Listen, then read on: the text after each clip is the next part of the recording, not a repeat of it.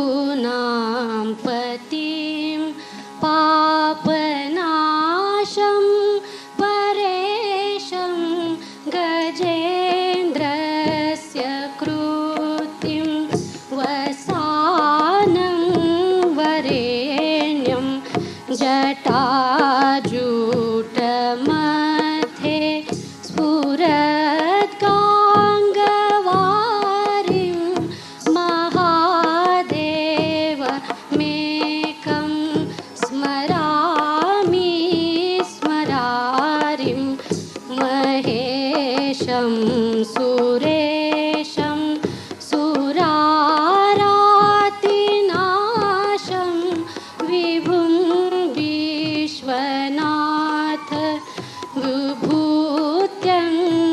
विभूत्यङ्गभूषं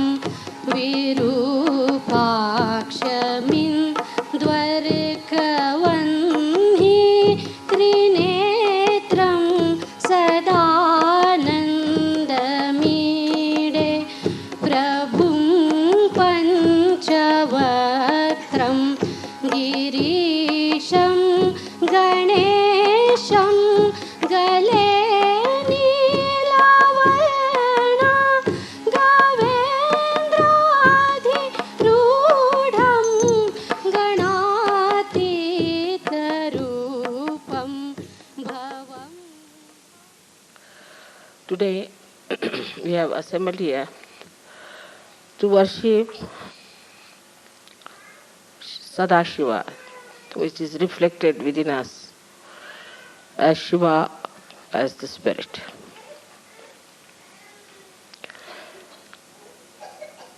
He is reflected in our heart. And as you have seen that the goal of our life was to achieve the state of spirit.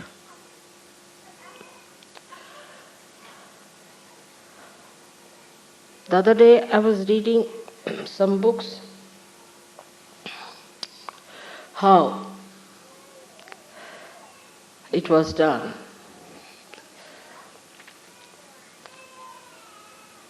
With self-realization, to know the spirit, and how people were tortured. First of all, they were asked to some or other deny, defy, and condemn their body. Now, if the body wants to have comfort, then it was said that first try to sleep on the carpet, not on the bed. Then still it's not enough. Then from the carpet you go to a mat. Still is not enough. Then from that you move down to the Mother Earth. Sleep on the Mother Earth.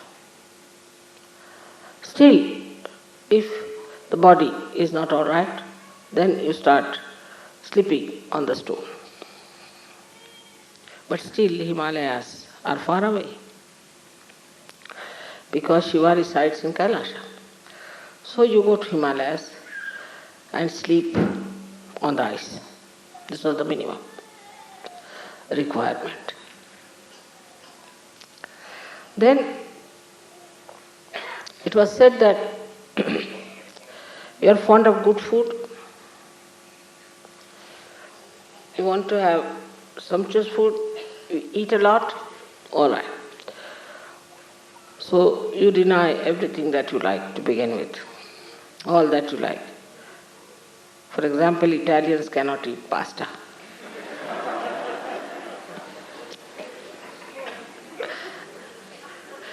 Then deny that. But that's not sufficient. After that, you start eating things which are very bitter. As in the Zen system, they give you to eat something which is like quinine raised to power 108, which is absolutely bitter or absolutely sweet. So put your tongue into test. But still the stomach is there. So if you are eating too much, you fast for 1 day. That's not sufficient. Then fast for 7 days. Then for 40 days. The month has got to be 30 days. To fast for 40 days means you are already finished. That's how if you have to do your penance for nirvana. As it is, you get a nirvana because you are finished and dead, you see. Nothing is left out of you. Nothing but bones, and these bones then become nirvana. Ultimately the death follows, so you are finished and there is nirvana, no doubt about it. Then you don't live in a house, because house is comfort. Give up your wife, give up your children, give up everyone. Now wear only one something like a cloth tied round. And go and ask for alms from people.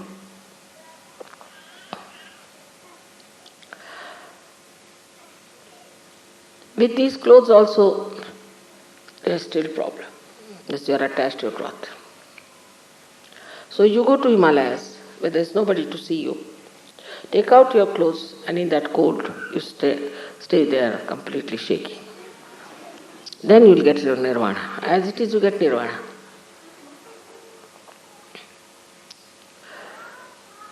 All such conditions were put as to destroy the demands of your body to begin with. You tell your body, no, nothing doing. You better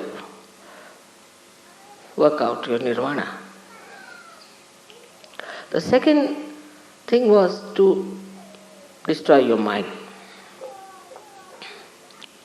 which takes you to senses, to things of joy. Supposing you want to have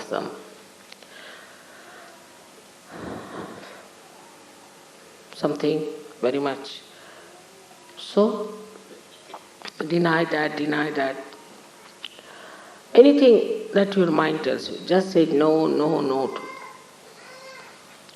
In Sanskrit, the shloka is like this: yan neti neti vachanair nigamo vachis. Which you want to say, na iti, no, not this, not this, not this, not this. And then you can discuss only nirvana.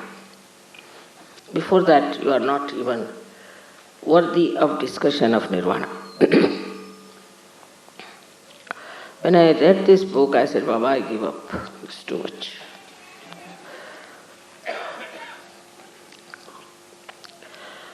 But in Sahaja Yoga, it's the other way now. Like building first the pinnacle of the building and then the foundation. Opening your Sahasrara was the first thing was achieved. And then in the light of the Sahasrara, you have to watch yourself and see for yourself. Gradually the introspection was a better thing. Through vibrations is to see why I want this, why my attention goes to my comfort, why my attention goes to food, why to my family, why to my children, when I have to achieve the highest. So you start introspecting yourself. Then you know on your vibrations also, there's something wrong with you. Then you don't try to see others. What's wrong with others? You start seeing yourself. Because it's your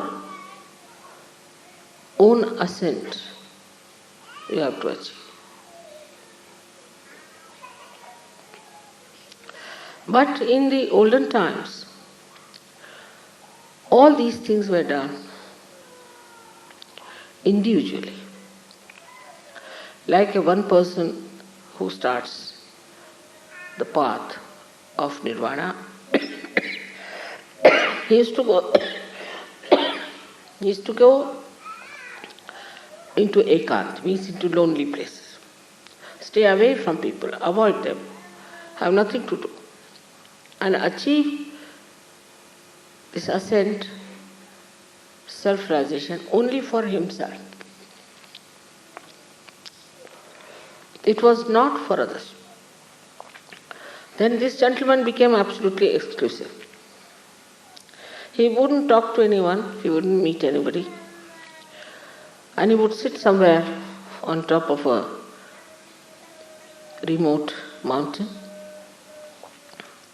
Anybody who tried to meet him, he would throw stones or say all kinds of horrible things and never meet that person.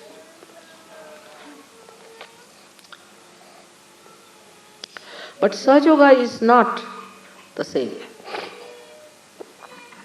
Sahaja Yoga is the ascent of the whole. This kind of singular achievements did not lead people anywhere. Saints, of course, tried to talk to people, tell them about self-realization, about God, about righteousness, about various systems. But they too were regarded as something strange and were tortured and troubled. So, on the level of an individual ascent, they couldn't do anything for others except for talking about it, telling about it, till Sahaja Yoga came. Even the talking about it was prohibited. Till the 12th century in India, nobody talked about it to the public.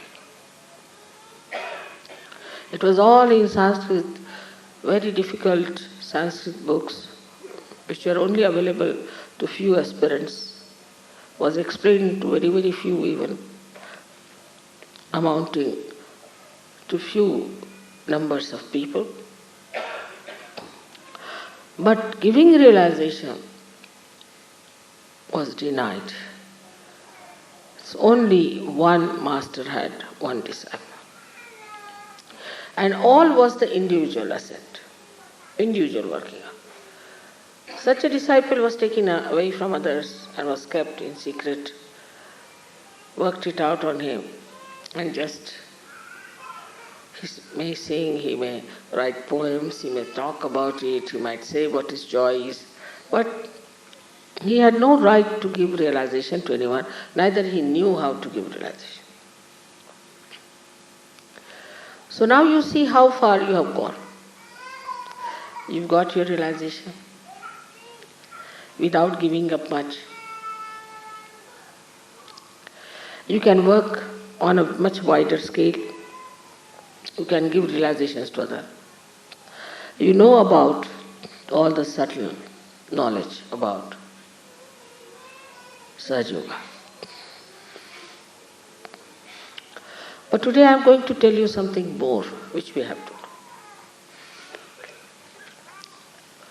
It's very important to know because as was described by people that they practice Sahaja Yoga as they go to church, but it's not from their heart. And heart is the abode of the spirit. It's the Shiva within us. So we have to know more about heart, and that is very important. You know about these three nadis we have, Ida, Pingala, Sushumna. But in the heart there are four nadis. And the one nadi goes to Muladhara. And if you cross the limits of Muladhara, it goes to hell. That's why they say that Shiva is a destroyer. Actually, you ask for your destruction.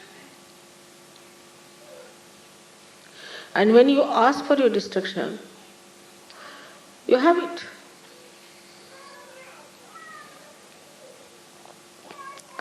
Even if it destroys anything, as I was telling, it's like when a fruit has to come, the petals look as if they are destroyed.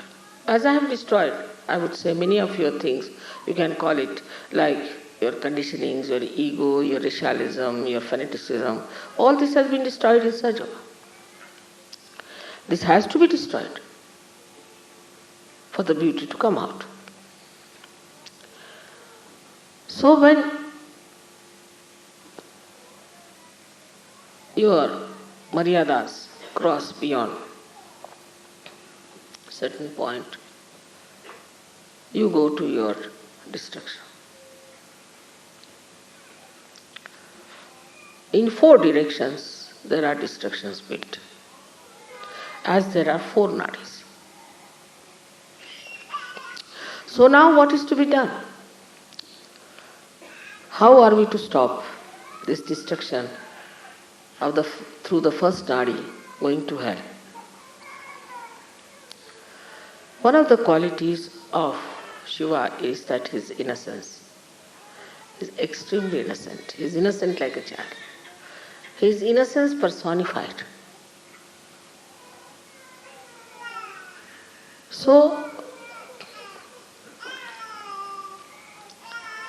we have to put our carnal desires, dissolve them, dissolve them into the innocence, the ocean of innocence. You have to dissolve it in the ocean of innocence. Innocence is something to be appreciated, to be understood, to be enjoyed. Like you see animals, they are innocent. You see children, they are innocent. Flowers, they are innocent. Divert your attention to all these things.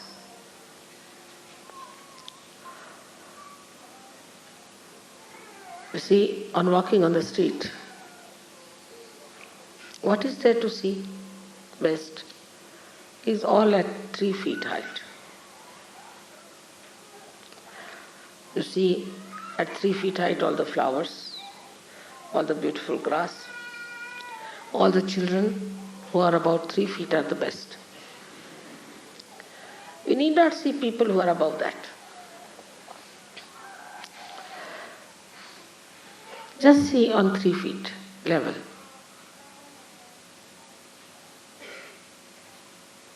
You can see the legs of somebody, that's all right.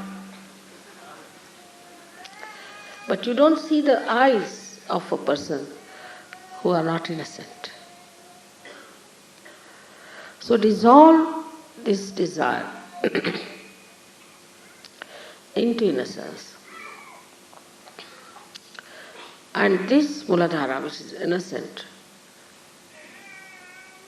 is not dead, finished, but is innocent. It is righteous. It is Sri Ganesha's qualities. It's pure. So even if you are in this world, even if you are living like a human being, even if you have children, still you are innocent. Like once, the wives of Sri Krishna, he had 16,000 wives to begin with, and the 5 more. The 16,000 were his powers and 5 were the elements. They were wanting to go to pray to some big, well-known, I should say, a saint had come, a Maharshi had come. So they wanted to go and see him and pay respects. So they asked Sri Krishna's permission. But when they went, they found the river was all in speed. So flooded, they could not cross over. They came back, they said, how can we cross over this river? It's all in speed. So this Krishna said, all right, you just go and say, if Sri Krishna is Yogeshwar, and if he is absolutely innocent about sex, you go down. They said, how can we have so many wives, what is he talking about?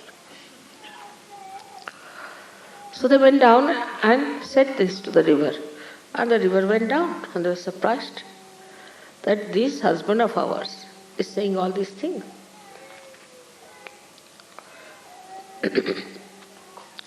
They went across and worshipped that rishi, and they were coming back again, the river was in floods.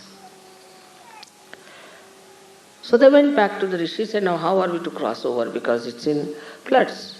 They said, how did you come? So they told the story of Sri Krishna. Now they had fed this rishi with food and fruits, and he had eaten such a lot.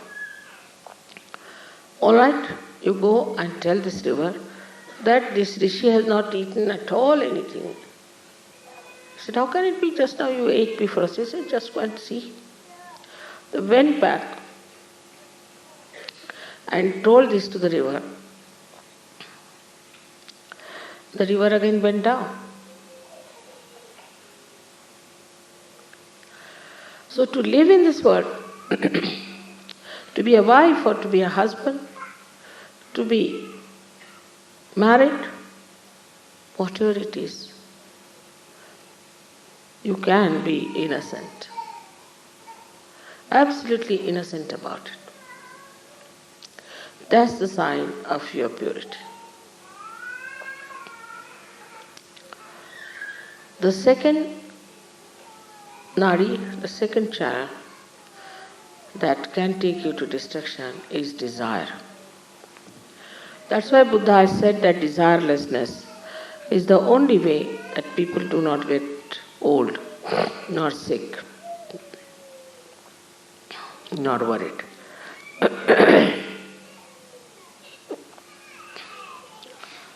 Now this desire that we have,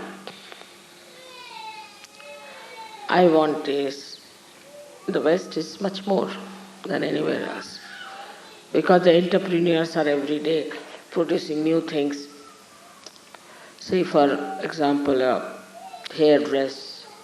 So the women want to buy this wig or that wig. It's my desire. I must have this wig to put on my head. The another one says, all right, I must have this one. And the desire for men is, oh, if he is having a Rolls Royce, why shouldn't I have one? They cannot enjoy somebody else's Rolls Royce. It should be your own, that I should have the possession. Desires can be of any kind, not only material. The desires could be also quite mental. I must possess this woman. I must possess this child. All kinds of possessions that work into you as desires. I wouldn't say it is because of attachment. It's not attachment, but it is just to have more.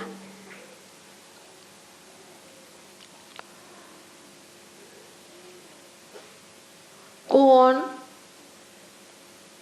adding up things, getting things. Still, one doesn't feel happy and satisfied. What is the reason for this kind of desire? Is that it's not pure desire. It's an impure desire.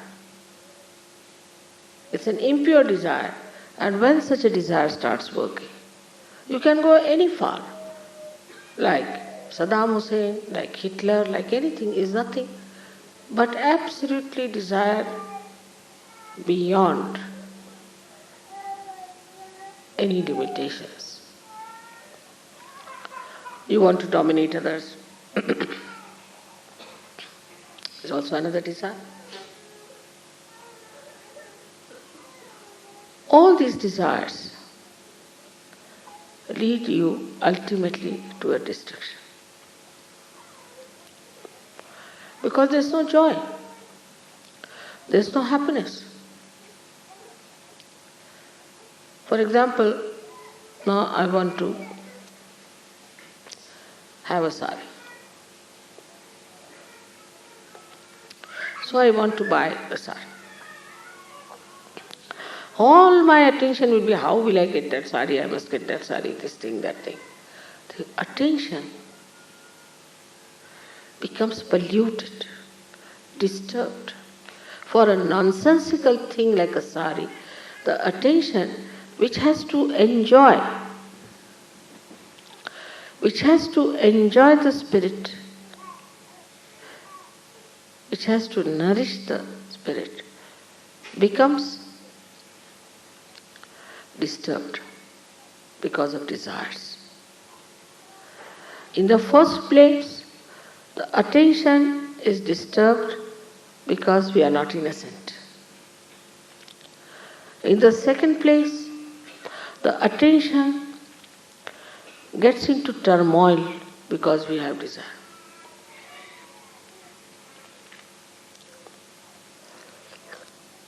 So what should we do as far as the desire is concerned?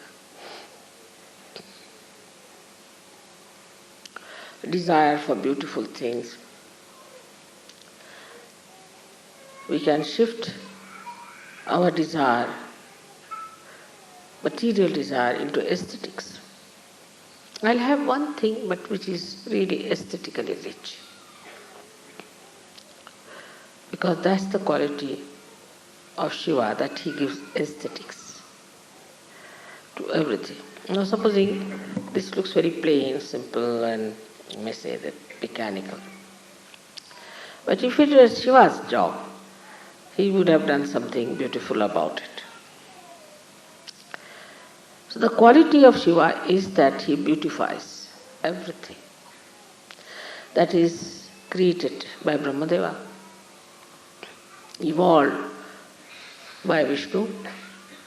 He is the one who does the subtle work of creating aesthetics. You see my photographs many a times with so many lights, this, that. It's all his job. He's doing it. He throws lights in such a manner. He works out in such a manner. Just he wants to convince you about me. It's his job. So his job is to create aesthetics. Aesthetics of behavior. Aesthetics of poetry. Everything that is created is made beautiful, is joy-giving by Shiva. That's his quality. So whatever you desire, if you start working it out, desiring for something aesthetically handmade, nice thing,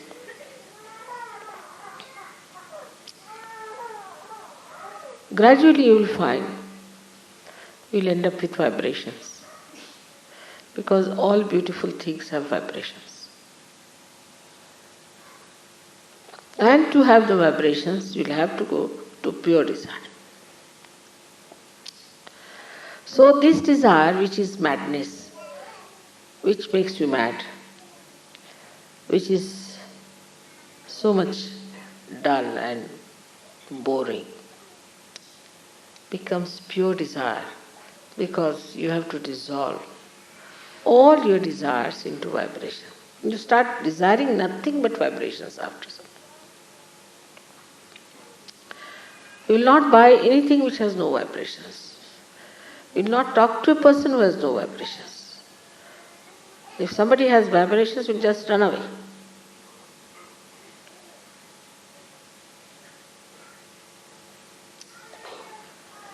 I've seen people running away from some people as if some monkey is after them. When I look around, I find there are people who are drunkard or somebody coming or something. They might have been drunkards themselves once upon a time. But now they run out. No. Not now. No more. We had 3-4 hippies to begin with who came with me to India. They are normal like you, they were become research yogis. And 4-5 hippies came to my program. It was in Rahuriad. They got a fright of their life. Oh no, oh God. I said, what's the matter with these? Why are you so frightened? So I turned around to see these hippies. And by the time I turned around, they were out. They were no more there. So then what happens? All desire ends up into Chaitanya, into vibration. And if it does not, then you must know there's something still missing. But if you do not do this, then you end up into your destruction. So to say that he is a destroyer is a very one-sided statement. He has both the powers. He has the power to give you vibrations. He gives you vibrations.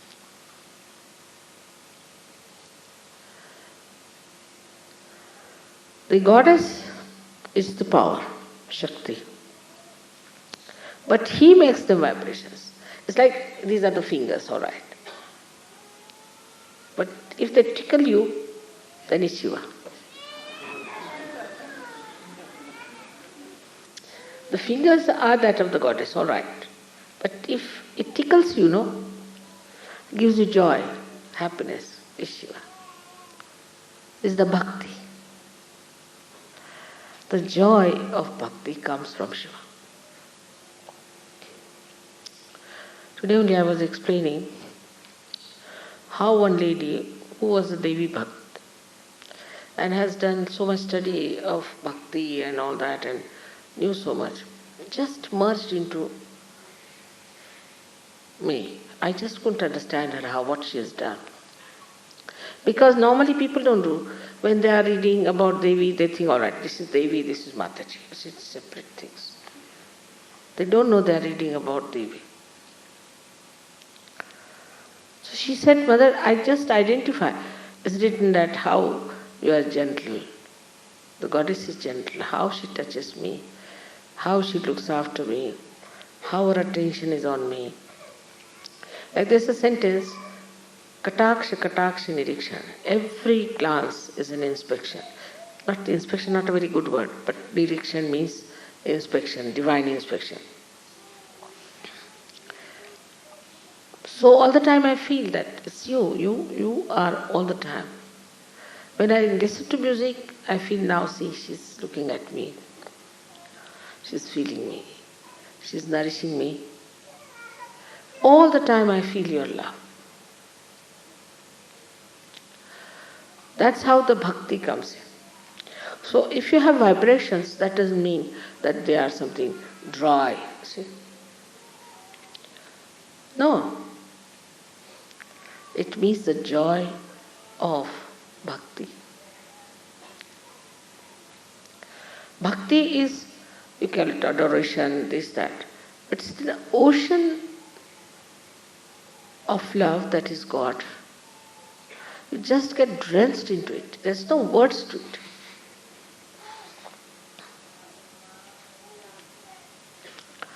And that is what, when you feel, you must know that you have taken the spirit as a real connection between you and your mother or your father. There's no differentiation. You are one in that ocean, drenched in the ocean. You are the drop, you are the ocean.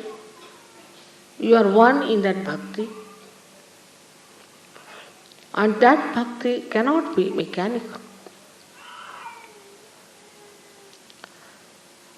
Because not man-made.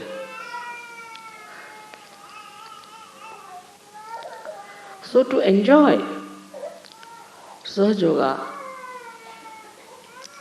you must know that it's not dry vibrations only, but it's the bhakti. That is the joy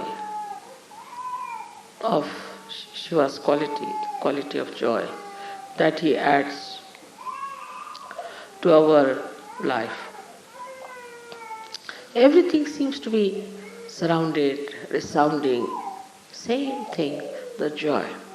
That I am loved so much by God, that God loves me, that I have a meaning in life, then the ego drops out, first of all. And also the conditionings drop out.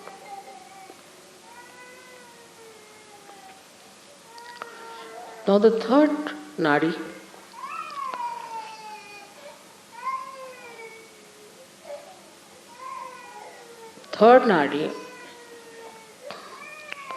is the nadi by which we feel attached. Attached to someone. Like this is my child, this is my husband, this is my family, this is my wife, this is my father, this is my mother. In the beginning of Sahaja Yoga, of everyone, when they are just the beginners, so they talk about their whole family. My father is like this, my mother is sick, my mother's sisters, brothers, this, that, real, this thing is not well. As if, you see, we all have taken a contract. What should I do? Like today, somebody said that, you see, they lost their first child. First child they lost. Because the child was sleeping in another room. I said, small children should sleep with mother, and mother must look after the children. It's a simple thing. I mean, in India, no mother would accept such a situation. She'll throw away the husband. So what's this? I have to look after the child. So I said, tell them that they should sleep with the child. So that they don't believe in it. It's all right. What can we do? Have we taken their contract that we should look after their children even when they don't want to listen to us? So the idea is all the time, in the beginning, is that, oh mother, I've been doing Sahaja Yoga for 1 month, but so far my financial condition has not improved. As if they are going to sue me for that. As if I've let them down. But they don't want to see that you have just now come to Sahaja Yoga. Or even if you have been in Sahaja Yoga for so many years, you have not been a Sahaja Yogi. Something missing, you don't deserve. Something wrong with you, not with Sahaja Yoga. But they feel that Sahaja Yoga is something which has got the contract. Immediately they'll inform you. Now somebody is sick there, somebody, send 5 Sahaja Yogis. For what? These attachments start working within us. Now some people have seen very attached to their children. And they go on pampering, my child. And suddenly they discover the child is a devil's child. The child starts answering back, saying all kinds of things, beating the parents, misbehaving. And then they suddenly discover that this is the child whom I have been looking after, giving so much love. And they feel even worse, because I have done so much for my wife and she is treating me like this. I have done so much for my husband and he is treating me like this. Why do you do so much? There is no need. If you are doing it, you just do it and forget it. I never feel that way. I know of Sahaja Yogis for whom I worked very hard and they have gone down. Only thing, if I feel anything, God knows where will they jump. Where will they be in hell? What will happen to them? That's the only concern. Not the concern what has happened, because nothing can happen to me. But if they have been sinful, I just get worried about their future, about their lives. That's different. So this kind of attachment, that is, we call it in Sanskrit, is mamatva. This is mine, that's my child, my this thing, my that. Who are your relations are Sahaja Yogis. Remember this. It's the sentence you must remember. My relations are Sahaja Yogis only. And anybody who plays against Sahaja Yogis, troubles Sahaja Yogis, that person could be my own wife, could be my own child, is not mine. I will not allow such a thing to happen. This relationship is all right till Sahaja Yogis are one with each other. As soon as somebody tries to harm any other Sahajogi, then I am not with that person. I've seen there are many like that, who are very good Sahajogis. They'll never side with their wives, never side with their children. Because they know, if you are siding with them, you are making them sinful. You are destroying them.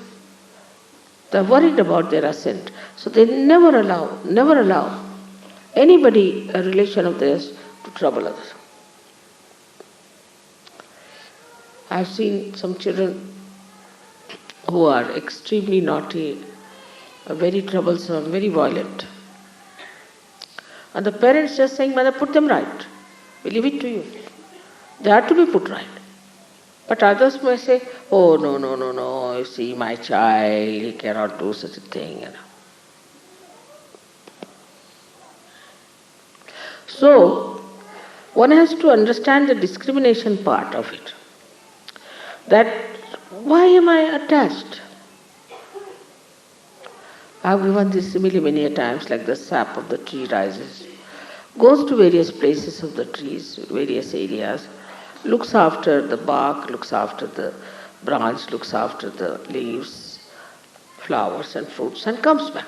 Or it gets evaporated, doesn't get attached. If it gets involved into one of them, the whole tree will die, and that part which is so close to the sap will also die. But sap has much more sense than we have.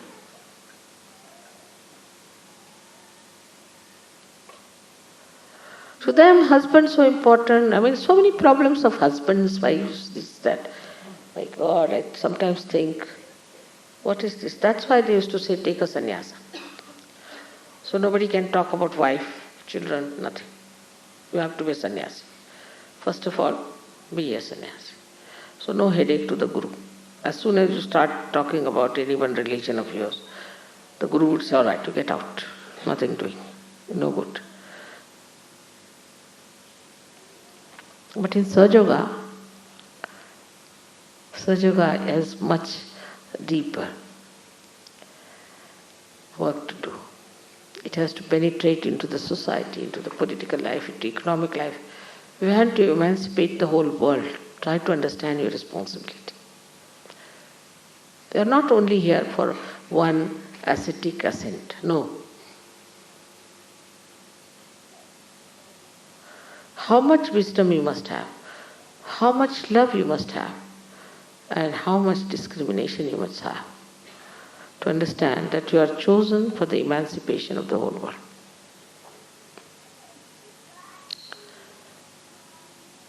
So now this so-called limited love, what is the solution which takes you to destruction? Is the unlimited love. Because Shiva is nothing but love. He is love.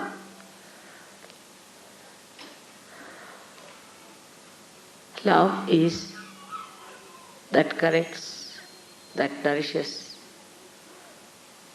that wants your benevolence. That's what Shiva is. It wants your benevolence. It looks after your benevolence. So when you are looking after the benevolence of others with love, then the whole life changes. The whole pattern changes. And you really enjoy it because you become one with so many. Concerned with so many families, so many things, so many problems of others. So you just feel you are one with so many. Dasi, we have so many Sahajogis here today. First time when I came to Italy, I must tell you, I came with Christy, what's the name of Catherine. Catherine. And she was the only one who knew Italian. And we had told some newspaper to reserve some sort of a hall and advertise for us. Nothing was done. So when we came, we couldn't find anyone. So I went round with her to put the posters. But still nobody came. And today we are so many. But we must know that we are bound to each other by love. And the love that is for our benevolence, for our ascent. And then you just start enjoying everyone. Then you don't think what race you are, what country you are, what this thing you are, nothing. Surgery finished. So you become a universal being. And this attitude has to be achieved. When I hear that some Indian girls are tortured and troubled, I think, how can they do it? Or somebody who is a black skin, they are tortured. Or some Indians are treating somebody because they are of low caste. It's not possible because we are all part and parcel of one body. We are all brothers and sisters, born of the same mother. But this is only possible when you dissolve that limited relationship of yours into this great unlimited ocean of love. Then only it is possible. And if it is not there, do not try to justify. Just watch yourself. See for yourself. Are you really in love with everyone? You see, I would say that all the time when I suppose to go for shopping, I just think, oh, this one will be nice for this one. That will be nice for that one. For myself, if you say, it's impossible for me to buy anything for myself. It's an impossible situation. Unless and it is absolutely immediate or some problem is there, if I'm just without it. I won't even buy a drink for myself, even if I'm thirsty. Because the whole thing is the joy of others. Oh, this will be nice for that person. This will be good for that person.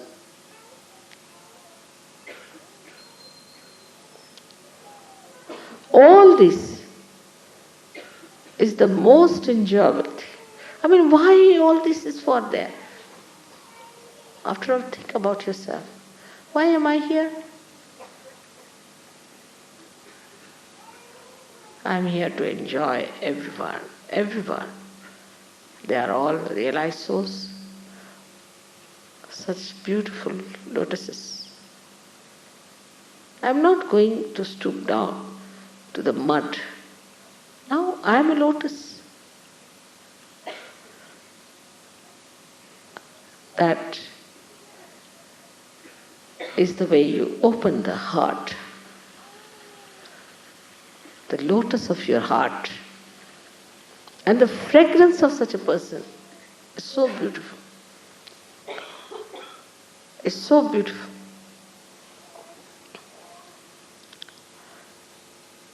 So you are no more divisive. You do not want to separate from each other. Anywhere is done, you are agreeable to that. You don't think that it should be done here or there or there. But anywhere, but should be. All of us together. So, the small attachments that are with you have to be dissolved into this ocean of love, which is Shiva.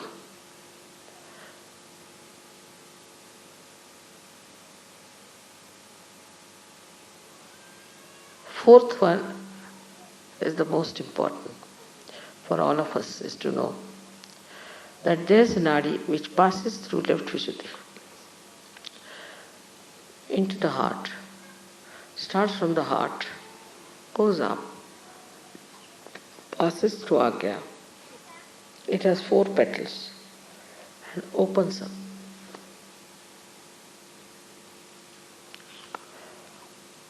This is the one which gives you the state which is called as Turiya. We live in 3 states.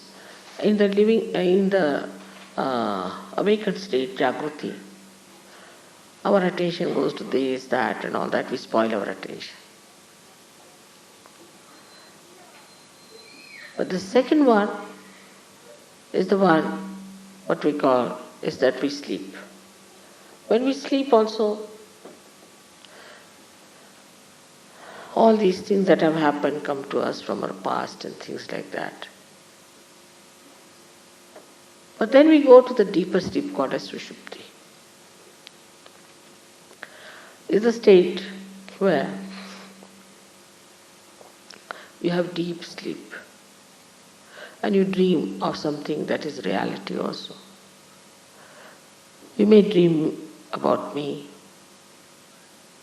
like it's the ethereal part of the subconscious where some beautiful informations are passed out. Supposing I come, say, to Italy. Italians might know in their Sushupti that I have come here, or maybe anybody might know, depends on. But the fourth state is called as Turiya. There are two more states. You are in a Turiya state, is the fourth state. Turiya means fourth. Fourth state is where that you are in a thoughtless awareness state. When there is no thought, just think of it. When there is no thought, you have to be innocent. When there is no thought, you have to have vibrations. When there is no thought, you cannot be attached to anyone. So into that thoughtless state you have come now as a Turiyadhisthiti. And in this state, when you are, these four petals which are within you have to open out in your brain. They come from your heart to your brain.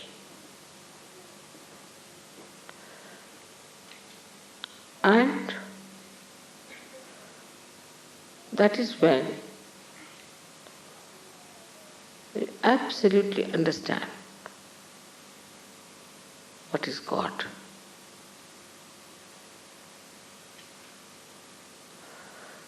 Absolutely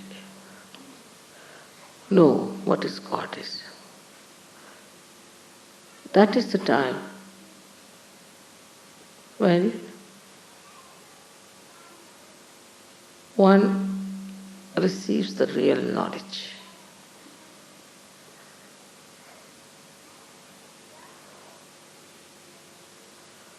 But unless and until these four petals open, one may fall back. And that's why some of the Sajogis who are still meddling with things which they should not do, go down. And they don't understand what is God is. But it's not the understanding, you understand this one little point, that it comes from your heart into your brain, not from your brain to your heart. It comes as if the ambrosia of your bhakti covers your brain. Absolutely. Say for example, Shankaracharya wrote a beautiful treatise called as Viveka Chudamani, where he described what is God, this, that, and Viveka means the conscience and consciousness and all that he described, quite a lot. But there was one horrible fellow called Sarma who started arguing with him and he got fed up. Shankaracharya. He said, no use talking to them. So he just wrote Saundarya Lahari. Saundarya Lahari is nothing but all the mantras praising the mother. He said, I know mother, now let me praise her. The thing doing, what's the use of talking to these people? Stupid things, how will they understand? He realized that these people haven't got that capacity, that sensitivity to understand what I know. That's the real knowledge, is to know what is God. And if that is God, then how can you suspect anything? How can you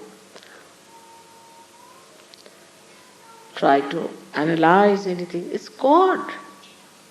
It's God Almighty, which knows everything, which does everything, which enjoys everything.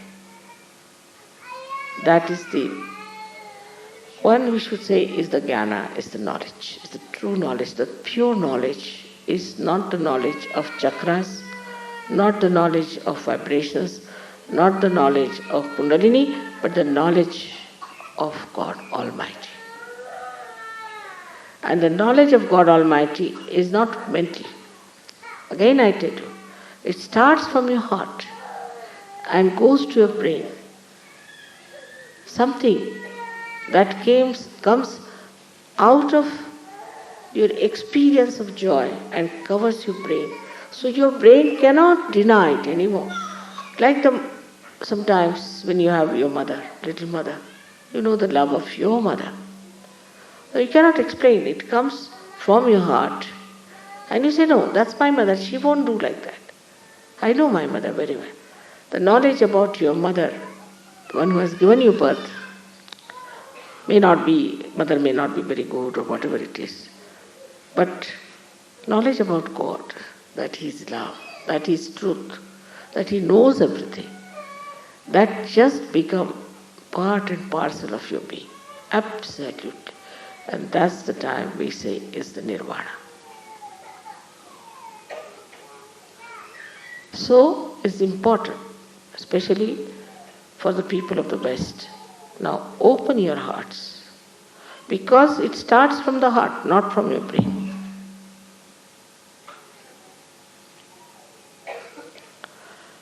Do not judge people on vibrations. Judge yourself all the time. I had told that Shiva Puja means more explanation, more understanding, more this thing, because in other pujas we do all these mantras, this, that. But in this puja is to know the knowledge is God. And to know that you know God itself is so great. Whatever it is, she may be Mahamaya, she may be anything, but I know. It cannot be described in one book, it cannot be described in 100 books. It cannot be described in words, but to know that's God. After all, that's God, God Almighty. And that gives you that beautiful surrender, where you just feel absolutely secure in that ocean of love. I wish you all to achieve that state. May God bless you.